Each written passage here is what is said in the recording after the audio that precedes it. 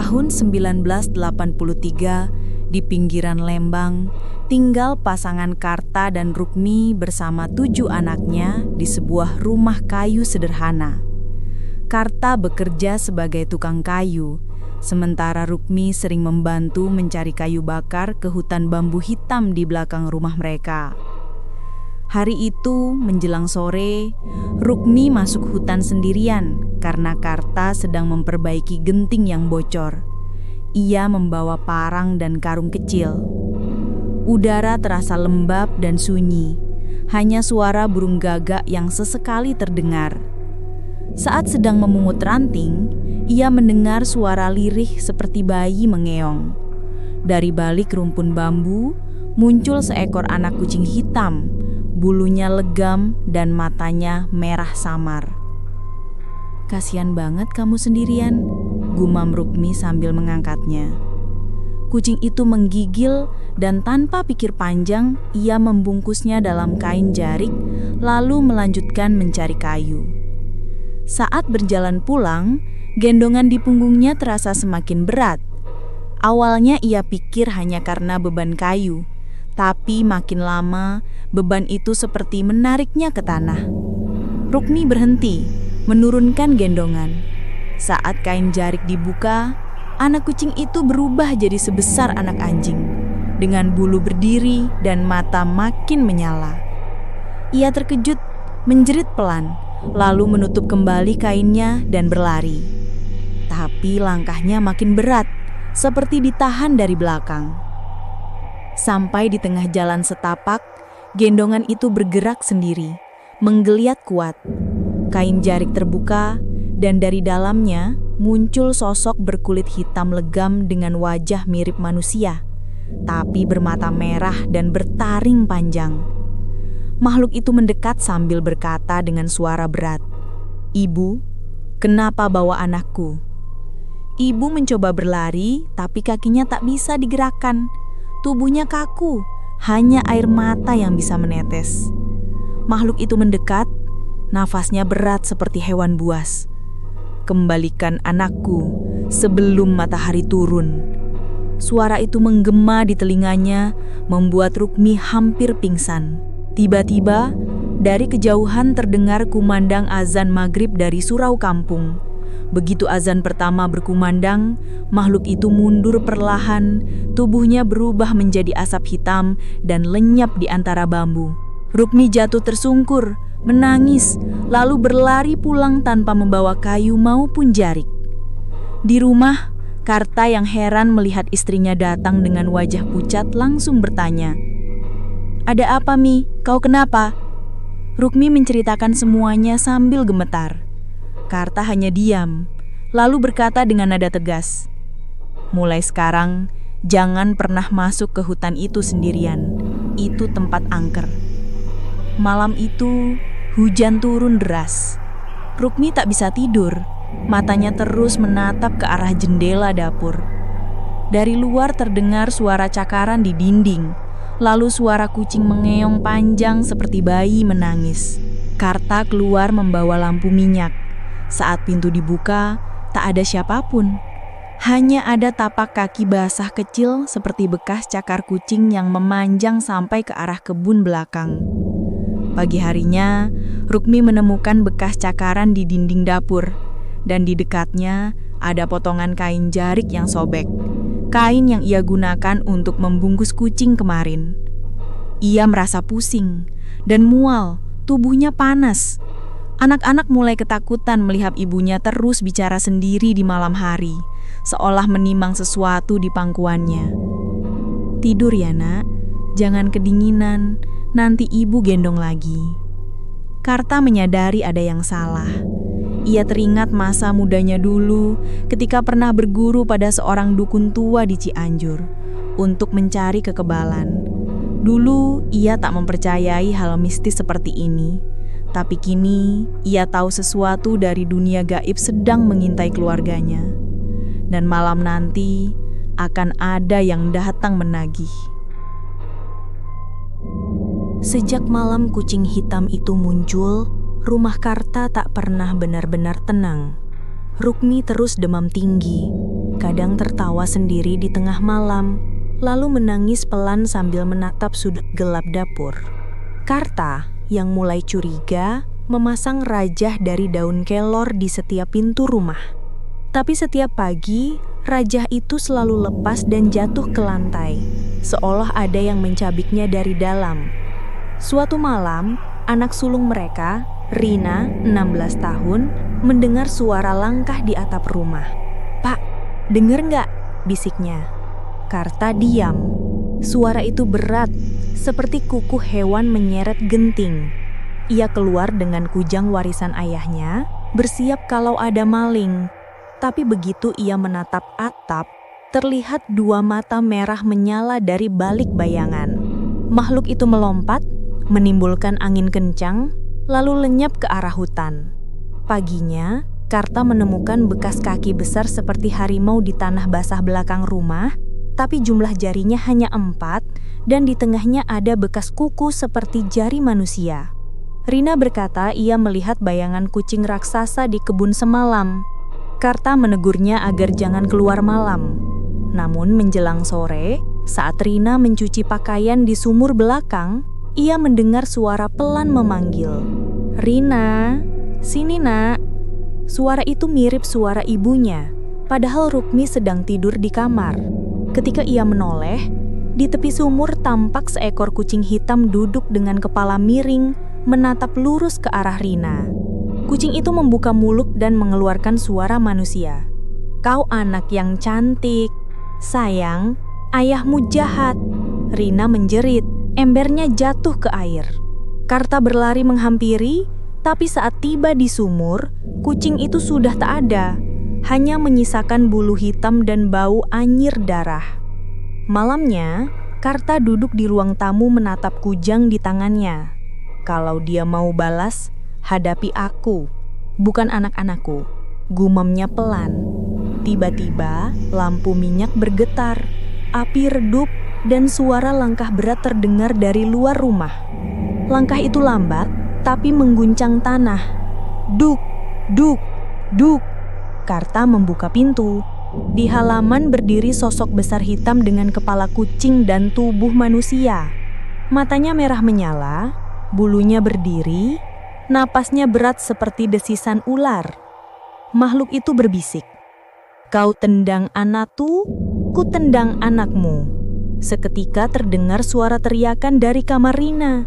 Karta berlari masuk dan mendapati Rina tergeletak di lantai. Tubuhnya terlipat aneh dengan bekas cakar besar di perutnya. Darah membasahi lantai. Karta memeluk jasad anaknya, matanya merah, dadanya panas oleh amarah. Ia berteriak ke arah gelap, "Tunjukkan dirimu. Kalau kau makhluk jantan, lawan aku di hutan malam ini." Dengan membawa kujang pusaka dan lampu minyak, Karta masuk ke hutan bambu hitam yang dulu dilarang abahnya untuk dimasuki. Udara terasa berat, seperti ditutup kabut tipis yang berputar. Setiap langkah menimbulkan gema aneh, dan di antara bambu terdengar bisikan-bisikan lirih. "Bawa balik anakku, bawa balik anakku." Karta menebas bambu satu persatu sambil memaki. "Keluarlah kalau kau berani. Aku tak takut makhluk sepertimu." Tiba-tiba dari balik gelap, muncul bayangan hitam besar. Tubuhnya setengah manusia setengah hewan, dengan ekor panjang dan cakar runcing. Matanya menatap tajam, lalu makhluk itu menerjang Karta. Pertarungan sengit terjadi. Kujang Karta berhasil melukai makhluk itu di bahu, mengeluarkan darah hitam pekat seperti minyak. Makhluk itu menjerit, lalu menghilang menjadi asap. Tapi saat kabut menghilang, semua batang bambu yang ditebas Karta tumbuh kembali dalam sekejap. Dari sela-sela bambu, terdengar tangisan bayi bercampur suara kucing. "Bawa balik anakku, bawa balik anakku. Kau telah melukai penghubung kami, Karta. Sekarang jiwamu milik hutang ini." Lampu minyak padam. Gelap total. Menjelang subuh, Karta ditemukan oleh warga, tergeletak di jalan setapak, memeluk kujang berlumur tanah dan darah. Ia masih hidup, tapi matanya kosong seperti orang yang kehilangan jiwanya. Rukmi menangis histeris, tapi anehnya sejak itu ia sembuh dari demam, seolah beban di tubuhnya berpindah. Namun malam berikutnya, Karta mulai bicara sendiri, memanggil nama anaknya yang sudah tiada. Rina, Rina jangan di situ, nanti kau kedinginan. Warga kampung mulai takut. Banyak yang bilang ruh Karta dan makhluk dari hutan itu sudah terikat. Dan malam ketujuh setelah kematian Rina, suara kucing menangis lagi di atap rumah. Kali ini bukan satu, tapi banyak. Suara itu seperti nyanyian sedih, memanggil nama-nama keluarga Karta satu persatu. 7 hari setelah kematian Rina, suasana rumah keluarga Karta benar-benar berubah. Setiap malam terdengar suara langkah hewan di atap, disertai aroma anyir darah dan belerang. Rukmi mulai kehilangan kesadaran akan waktu. Sering menatap kosong ke arah hutan, sambil berbisik, dia masih menunggu anaknya. Karta yang kini lebih banyak diam, duduk di teras sambil menggenggam kujang pusaka. Matanya sayu, wajahnya seperti orang yang menanggung sesuatu yang tak bisa dijelaskan. Terkadang ia tertawa kecil tanpa alasan, lalu tiba-tiba menangis seperti anak kecil. Malam itu, hujan turun deras. Petir menyambar tepat di atas bukit bambu. Karta tiba-tiba berdiri, seperti ditarik sesuatu dari dalam kepalanya. Ia mengambil kujangnya dan berjalan ke arah hutan tanpa berbicara. Rukmi berteriak, "Karta, jangan pergi ke sana lagi. Tolong dengar aku." Namun tubuh Karta seperti dikendalikan. Ia berjalan tanpa alas kaki, menembus hujan. Langkahnya mantap seperti orang dalam keadaan trans. Sesampainya di hutan, suara gamelan halus terdengar samar-samar. Dari balik pepohonan, tampak bayangan perempuan tinggi, memakai kebaya hitam, rambutnya panjang hingga tanah. "Karta, sudah lama aku menunggu. Kau dulu mengambil kekuatan dari tanahku. Sekarang, waktunya kau kembalikan." Perempuan itu adalah penunggu lama hutan bambu hitam, dikenal oleh warga lama sebagai Nyi Kencana Wulan, makhluk gaib penjaga perbatasan antara dunia manusia dan makhluk halus. Karta gemetar. Ia mulai ingat masa mudanya dulu, tahun 1950-an. Saat ikut perlawanan rakyat di Cianjur, ia pernah terluka parah dan hampir mati. Dalam keadaan sekarat, seorang guru spiritual bernama Ki Durma menawarinya jalan untuk tidak bisa disentuh peluru. Tapi syaratnya, ia harus mengikatkan jiwanya dengan tanah bambu hitam tempat ruh penjaga perempuan tinggal. Kau akan kebal. Tapi satu hari, jika darah keturunanmu menyentuh tanah itu, penghubung akan terbuka, kata Ki Durma kala itu. Kini sumpah itu terbukti. Ketika Rukmi membawa anak kucing hitam dari hutan, itu adalah perwujudan anak dari sang penjaga. Karta yang menendangnya telah memutus perjanjian lama secara kasar. Nyi Kencana Wulan menatap Karta dengan mata berkilat merah. "Kau utang nyawa 1, tapi kau bayar dengan 2. Sekarang, aku akan ambil kembali apa yang tersisa dari darahmu." Tiba-tiba, dari balik pepohonan, muncul puluhan mata kucing merah menyala, melingkari Karta. Mereka mengeong serempak. Suaranya seperti latapan manusia. Karta menghunus kujangnya, berteriak, "Ambil nyawaku, tapi biarkan keluargaku." Nyi Kencana Wulan tersenyum tipis. Tidak semudah itu. Kau sudah menanam kutuk di garis keturunanmu. Ia meniup ke arah Karta. Angin hitam menyelimuti tubuhnya. Tubuhnya bergetar hebat. Matanya memutih, lalu ia ambruk. Menjelang subuh, warga menemukan Karta terbaring di depan rumahnya. Tubuhnya dingin, tapi masih hidup. Sejak itu, ia tak bisa lagi berjalan. Setiap azan maghrib berkumandang, tubuhnya bergetar hebat dan matanya berubah merah sejenak. Anak-anaknya yang tersisa ketakutan. Beberapa pindah ke rumah saudara di kampung seberang. Hanya Rukmi yang bertahan merawat suaminya yang kini lumpuh. Suatu sore, datang Pak Sanip, dukun sepuh dari kampung tetangga. Ia bilang bermimpi melihat ular besar melilit tubuh Karta di bawah pohon bambu hitam. Itu bukan ular biasa, katanya Pelang. Itu jelmaan dari perjanjian lama yang belum ditebus. Kalau tidak dilepaskan, jiwanya tak akan pernah tenang. Rukmi menangis. Ia memohon agar Sanip membantu melepaskan ikatan itu. Tapi Sanip menatap dengan wajah muram. Ikatan semacam itu hanya bisa diputus oleh orang yang menanamnya sendiri. Dan Karta sudah setengah bukan manusia. Malamnya, Karta memanggil nama istrinya dengan suara berat. Mi, kalau aku mati nanti, jangan tanam aku dekat bambu itu. Rukmi menggenggam tangannya sambil menangis. Karta, kamu gak akan apa-apa. Tapi di luar, angin malam membawa aroma tanah basah dan suara langkah perlahan. Seolah-olah seseorang atau sesuatu datang menjemput. Tahun 2018, 35 tahun setelah kejadian, rumah kayu peninggalan Karta kini hanya dihuni oleh Rukmi yang sudah renta, ditemani cucunya Sinta, 21 tahun. Warga sekitar menyebut rumah itu rumah bambu menangis, karena setiap malam maghrib terdengar suara bambu beradu seperti orang menangis lirih.